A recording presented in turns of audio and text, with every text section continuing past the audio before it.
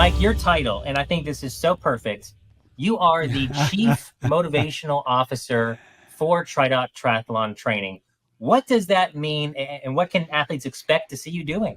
Well, it means a lot of different things. I think, to be a motivational officer, I feel a little not easy about saying that about myself. I always looked at myself as someone that loves to give encouragement, loves to help inspire someone find their finish line, helps to try to have people, come back from injury, come back from tough times in their lives. And so if my voice or what I say or the words I use help someone a few steps of the way on their journey, then I've done what I think I was put on earth to do. So to have TriDot adorn me with a chief motivational officer is kind of cool. It's a kind of a different CMO, and they're gonna, TriDot. You're gonna hear a lot of me throughout your training process with TriDot. So I'm there for you, and hopefully I can help motivate you. Yeah, absolutely. And I personally, around this time last year, we started working triathlon legend Mark Allen into the app. We have a Mark Allen edition of TriDot, and I really enjoy firing up my app on Monday and seeing what my Monday swim workout is. And there's Mark's face, giving me a little coaching tip for the week. And I know there's going to be with you several touch points like that. And you referenced it. Your voice is going to be in the app. You're going to be telling athletes different things, motivating athletes in different ways. Do you know, Mike, some of the things that you're going to be saying to us in the app? Oh, sure. I'm going to be obviously congratulating someone for just signing up, for just making that initial step. Yeah. That first step is always the hardest sometimes for people. I'm going to be with them on their journey and give them some motivational things that I believe that have motivated me through the years.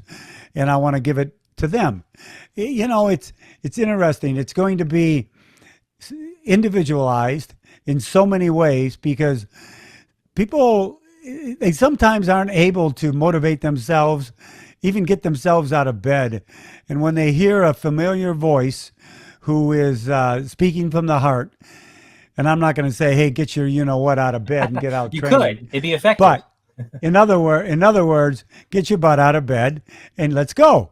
So phrases like that, phrases of praise, phrases of congratulations on accomplishment or attaining a goal or getting to that coveted finish line, whether it's an Ironman, 70.3, a sprint, whatever it is, distance, of getting to that finish line, or even just getting into the pool at 5 a.m. We all know how hard that is.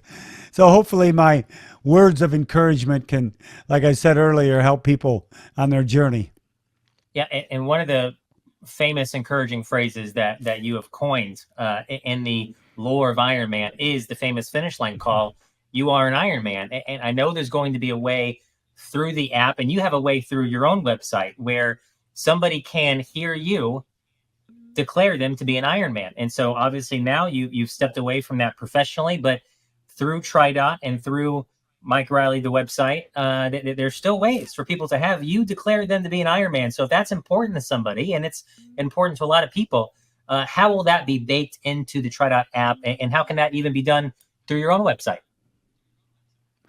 Well, right now we haven't worked out all the details in the Okay. TriDot app, but it'll be available to people to be able to download and listen to, and they've been able to do it on MikeReilly.net for quite some time. But most of it will be moved over to the TriDot because what I like about it, I'll be able to reach more people. I mean, I have people come up to me and send me messages all the time saying, "Oh my gosh, I didn't know that you had this or you could do this. Can you please call my wife an Ironman? Can you call her a champion for finishing a 70.3? Can you congratulate her for, getting that first sprint triathlon done, or even that first training session?" Yeah, sure. So there's going to be all kinds of levels of congratulatory phrases. Obviously, the one I'm most known for will be available, but also there's other ones that People could finish a marathon run or whatever it may be. And so many people sometimes, Andrew, do triathlons around their neighborhoods because they can't get to an event. And I'll be able to congratulate them on that through that app. Yeah, and obviously that's a big part of your legacy, right? Is the finish line call and declaring somebody a finisher of an event. And for Jeff Boer, the founder of TriDot, our CEO, honoring your legacy, I know is a big part of his interest in bringing you onto the team and having you get to continue that legacy through TriDot. And you said before, you said on our podcast when you kind of were telling us about, calling it a career, being at the finish line yourself, you don't see yourself as stepping away from the sport. You're stepping away from that role. How is doing this with TriDot and with our team just a great way of continuing your legacy in the sport? Yeah, it's funny. So many people come up to me and go, "Oh, how do you enjoy retirement?" And I really don't look at myself as being retired. Sure, I don't have 13 events on the calendar that I'll be at the finish line at, but I've been part of the sport since the 70s, and I'm not going away. And yes, the opportunity, I'm honored with this opportunity with TriDot. I was tired of the travel. I was tired of missing family time. I was tired of being gone from my wife and kids. I was tired of not being with my grandchildren as they're growing up. That weighed on me. Never did I get tired of being able to express the congratulations to someone and see the smile on their face when they came across the finish line. That never tired. So to be able to have the legacy of my voice, to keep moving through athlete after athlete, year after year through this sport is a pure honor. I get a little choked up talking about that because I never thought something like this would happen, but it gives me the opportunity and gives other people the opportunity. If they want to hear me say something to them, Yeah. I'll be available that I can do that. I never thought after I walked away from the finish line with the microphone in my hand that would be an opportunity. Now it's a huge opportunity for me, obviously, but even a greater opportunity for the athletes I love and adore. Yeah. Now, Mike, over the years, you've interacted with the TriDot community in a number of ways already. I mean, we've seen you at the races for sure, both our staff and our athletes. You made an appearance at TriDot Pool School in San Diego when it came through your hometown. So I know you've been aware of our brand and our community for quite some time. What has your impression been even before kind of coming on team here? Well, our sport is always so family centric, not only with your loved ones, your family, but the fellow athletes and that social network of being able to have someone next to you when you're going through the tough times on training, when you're going through a tough race day, when you miss a workout, when you're able to have a community around you that supports you every step of the way and every day of the year. We need that. And that's what I saw, Andrew. The first time I started seeing it, I go, wow, look at these TriDot people walking around. They really stick together. They support one another. I like that.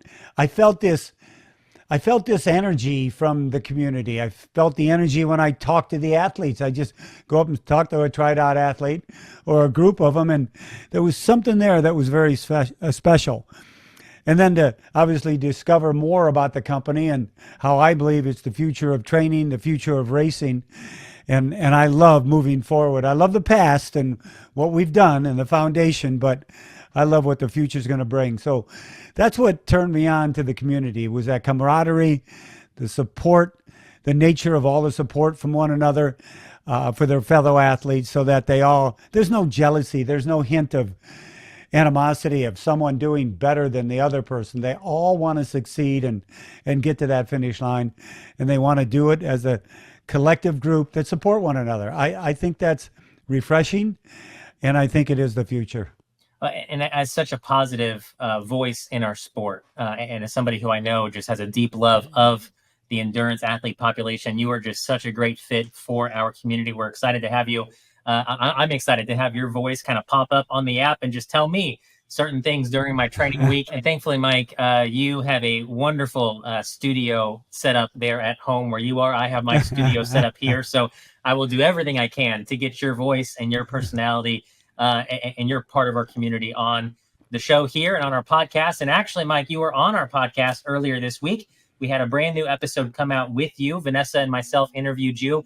And I know, Mike, you've spent so much time at the races. And whenever I'm at the races, I learn things. I learn things from watching other triathletes do things. I learn by the good things they do. I learn by the bad things I see them do. But I learn just being at the races, watching other athletes race. And so we did a 1 hour podcast with you where you just shared 10 race weekend lessons from Mike Reilly, from all the things you've seen at the races in your time working at them. We don't want to get into all 10, but before we go today, can you, for our YouTube audience, can you tease maybe one of the 10 lessons you shared on our podcast just earlier this week? On race day, don't be so serious. I've seen athletes all day long. I could tell they're pent up. They're serious about making this checkpoint, about this time, and what happens to athletes like that, they can become forgetful, even though they know they've got to take nutrition at this time. They've got to do this. Those types of athletes actually show up at race day, forget their timing chip. Wow. You've got to relax yourself. So being so serious, even when you go through life, doesn't really get you to your finish line the way you want to get there. And some of the other top 10 that you'll hear, on the pod, you heard on the podcast, you understand why. But on race day, don't be so serious. Have fun out there. I love it, Mike. I could not agree more. Thanks so much for dropping by and just kind of letting us know all about your new role as our Chief Motivational Officer. We'll see you around, both on the show here, but especially in the TriDot app. We'll see you soon, Mike.